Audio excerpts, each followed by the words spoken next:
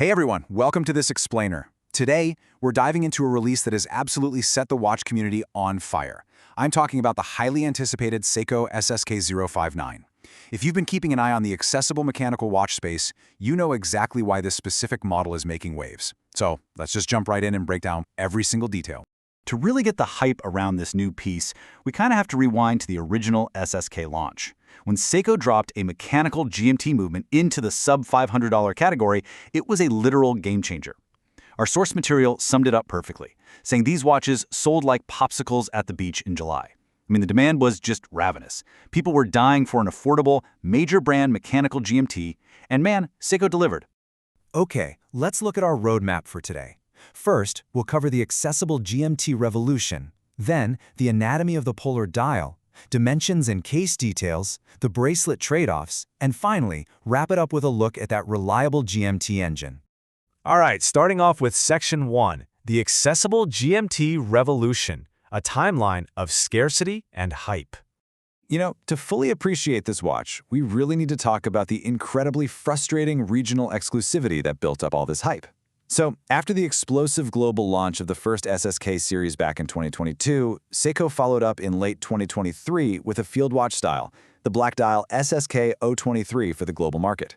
But then, in January 2024, they released a white dial version, the SBSC009, strictly for Japan.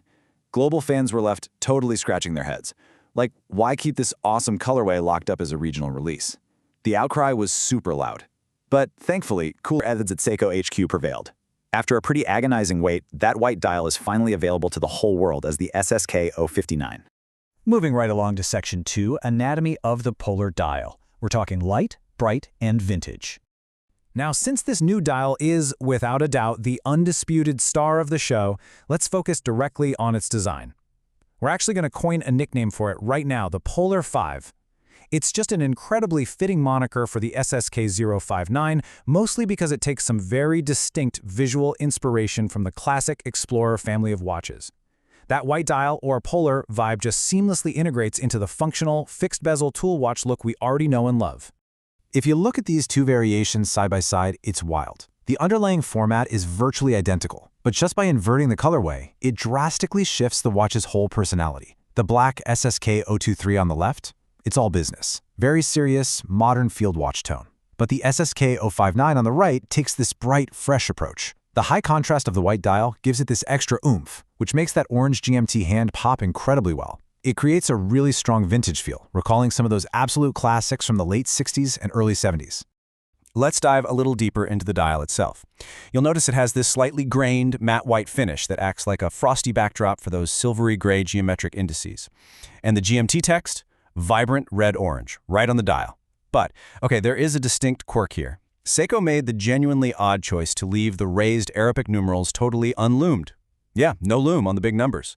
Instead, they only applied their loom bright to the tiny dots at the outer edge of the dial and the pencil handset. Now, don't get me wrong, the loom bright they did use is exceptionally bright, but skipping those big numerals definitely limits nighttime legibility compared to what we usually expect from Seiko. All right, Section 3, Dimensions and Case Details, where wearability meets function. So a watch can look amazing in macro photos, but we have to talk about how this case actually translates to your wrist. Now, what's really interesting about this is the case height. You've got a 39.4mm diameter and a super compact 47.9mm lug-to-lug, so the footprint is extremely wearable. But check out that 13.6mm thickness. I know on paper that sounds a little chunky, but because of how Seiko masterfully shapes the mid-case and the case back, that bulk is incredibly well disguised. It honestly wears beautifully true to its sub-40mm diameter on almost any wrist. Throw in 100 meters of water resistance, and you've got yourself a seriously capable everyday piece. Protecting that dial is a gently domed Hardlex mineral crystal, and this presents an honest trade-off we need to talk about. In the premium watch world, a sapphire crystal is the modern standard, mainly for its superior scratch resilience. And, spoiler alert, the SSK059 does not have sapphire. However, the Hardlex used here actually manages reflections far better than flat sapphire typically does. Plus, that subtle dome, it adds this warm, super appealing vintage vibe that perfectly nails the throwback aesthetic they were going for. Which brings us to Section 4, the bracelet trade-offs, balancing cost and comfort. Look, we have to acknowledge that hitting a high-quality mechanical watch at such a low price point requires a few manufacturing compromises. So the crucial point here is that while the bracelet looks fantastic, there are some cost-saving realities. For instance, it uses a really clever illusion. It looks like a complex multi-link design, but it's actually just a single brushed link spanning the whole width. The biggest compromise, though, is the fully stamped clasp, and the fact that the 4 micro-adjust holes require tools instead of giving you an on-the-fly adjustment. But on the flip side, the solid pin-adjusted links are substantial, the dual push buttons with the flip lock are reassuringly secure, and hey, those drilled lugs mean you can effortlessly swap this out for a fun 20mm strap literally whenever you want. Finally, let's head into Section 5, a reliable GMT engine, a look inside the caliber 4R34. Let's talk about the mechanical heartbeat of this watch. This is the very movement that pretty much created an entirely new market for GMT customers. Now, looking at the raw specs, they are undeniably conservative. We're talking a 3 Hz beat rate, a standard 41-hour power reserve, and an accuracy tolerance of +45 to -35 seconds a day. But it packs in hacking, hand winding, and an independently adjustable 24-hour hand, which makes it an office GMT rather than a flyer GMT. So while it might not be the most beautifully decorated caliber you've ever seen, but it is an in-house movement at an absolutely unbeatable price point. And this brilliantly illustrates the whole philosophy behind Seiko's 4R series. This is the direct successor to their legendary 7S26 movement, which is famous for surviving literally decades without a service. As our source puts it perfectly, these movements are like a Toyota Corolla engine. They just run. It prioritizes legendary, cinder block surviving durability way over high-end chronometer precision. So if you want absolute, to-the-second accuracy, you might want to look elsewhere.